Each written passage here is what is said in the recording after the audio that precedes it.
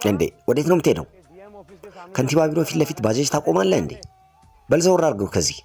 ሰላም አለቃዬ፣ የምሳቃ ይዤ መጥቼ ነው።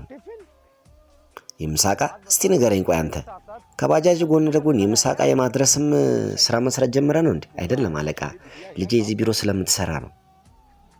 ምን አልከኝ አንተ? ያንተ ሴት ልጅ ከንቲባ ቢሮ ነው የምትሰራው? አዎ። ኧረ እባክህ እስቲ አስበው።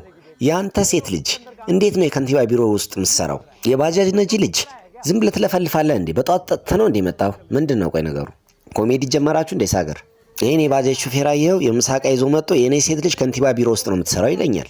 እስቲ ያው በእናትህ ዝም ብለህ እስማኝ ወንድሜ፣ ይሄ ከተማ አስተዳዳሪ ቢሮ ነው። ያንተ ሴት ልጅ እዚህ አትሰራም። እሺ፣ ምናልባት ከዚህ ቢሮ ጀርባ የሆነ ሻይ ቤት አለ፣ እዛ ይሆናል የምትሰራ ያንተ ሴት ልጅ። ምክንያቱም አንተ የባጃጅ ሹፌር ነው። የባጃጅ ሹፌር ሴት ልጅ ደግሞ ያው ሻይ ነጋዴ፣ ሻይ ሻጭ ነው የምትሆነው። ኧረ ተው ጌታዬ፣ የኔ ሴት ልጅ እዚህ ቢሮ ነው የምትሰራው ነው እንዴ? ስለዚህ እኛ ሁለታችን እየዋሸንህ ነው ማለት ነው አይደል? እንደሱ አይደለም አለቃ፣ እኔ እውነቴን ነው እየተናገርኩ ያለሁት። ጥሩ እሺ፣ እንደዚህ ከሆነ ነገሩ እንግዲያውስ ለሴት ልጆ ስልክ ይደውሉና ይጥሯት እስቲ እዚህ። ምን መሰለህ አለቃዬ፣ ጊዜዋ እጅግ በጣም ውድ ስለሆነ እሷ እዚህ ለመምጣት ከምትቸገር እኔ ወደ ውስጥ ገብቼ ለምን አልሰጣትም የኔ ምሳቃ?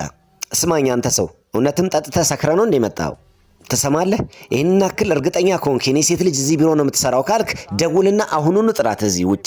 እኛም እስቲ ጉድህን እንይ። የትኛዋ ሴት ናት እዚህ የምትሰራው? እዚህ ከመጣሽ በኋላ ግን እናንተ ላይ ችግር እንዳይፈጠር ሰጋው። ጦር እሺ፣ እንደዛ ከሆነ እንግዲያውስ አሁኑኑ ጥራት ሴት ልጅን በፍጥነት። እኛም እስቲ ማን ነው የከተማ አስተዳዳሪ ቢሮ ፊት ለፊት እኛን ምን ሊያደርግን የሚችል ሰው እንዳለ እንይ። ጥራት በል ደውል።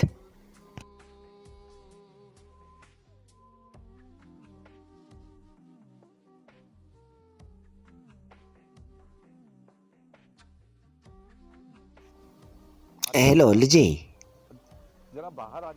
እባክሽን ወደ ውጭ እንዴት ትወጫለሽ? የምሳቃ ይዤልሽ መጥቼ ነበር። የሆኑ ሁለት ሰዎች ወደ ውስጥ አትገባም ብለው ከልክለውኛል። እየመጣች ነው። ይቀጥላል ክፍል 2።